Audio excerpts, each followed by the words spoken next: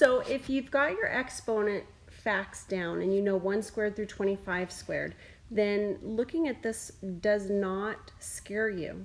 You think, well, 25 times itself is 625, but how do I get that 625 in the denominator? Well, that's simple. We just raise it to the negative power. So 25 raised to the negative 2 power is equal to 1 over 625. Now, if you're not sure and that doing that intuitively, you can't just see it, you can always rewrite this. So sometimes I say rewrite in exponential form using a variable. So we're going to use a variable. So we've got log base 25 of 1 over 625. And that's what we needed to work with. Set it equal to x, and now write it in exponent form. So we'd have 25 raised to the x power is equal to 1 over 625. And then try to get the same base. We've worked on that before. 25 to the x power is equal to 1 over 25 squared. And then 1 over 25 squared is the same thing as 25 to the negative 2 power.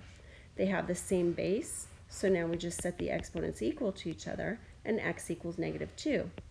You put that negative 2 back in for x, and you get exactly what our answer is. Log base 25 of 1 over 625 is negative 2. So let's try that again. If you like the x, I'm going to kind of continue with that.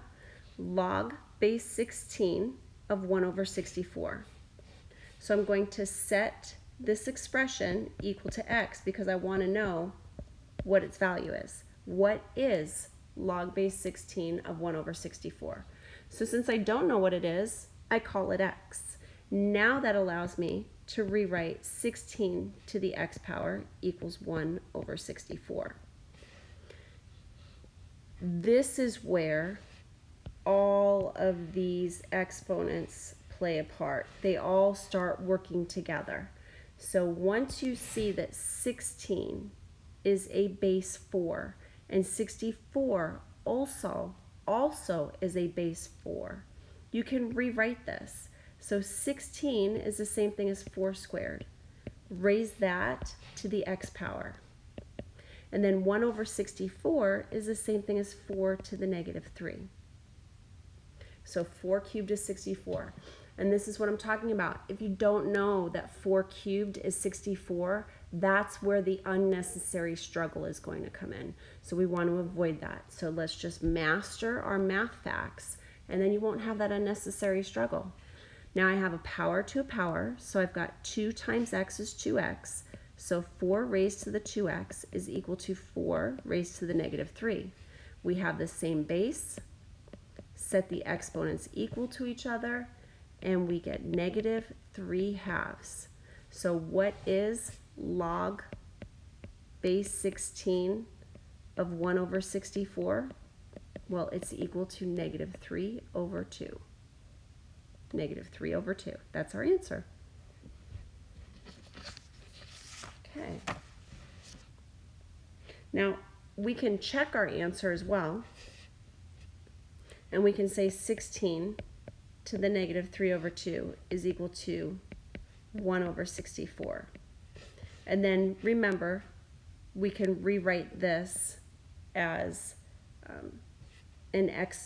the exponent can be rewritten as a radical. So we've got the square root of 16 raised to the negative 3 power equals 1 over 64. The square root of 16 is 4. 4 to the negative 3 is indeed 1 over 64, so it's correct. Okay, let's see what we have next. So let's see if you can try this one without any help. If you need assistance, go ahead and press play.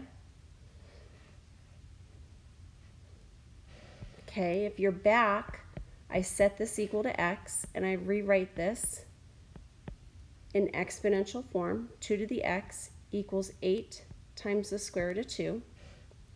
Now both sides of the equation are base 2, so 2 to the x equals 2 cubed times 2 to the 1/2. Same base, so we retain the base and we add the exponents. 3 plus 1/2 is 3.5. 3.5 is the same as 7 over 2. So 2 to the x equals 7 over 2. So log base 2 of 8 times the square root of 2 is equal to 7/2. So if you got that, you're in excellent shape. Excellent shape, and you applied what we did in a previous lesson to what we needed to do right here. Because if you remember, this was a try, something very similar was a try in another video lesson that we have done in the not so far distant past.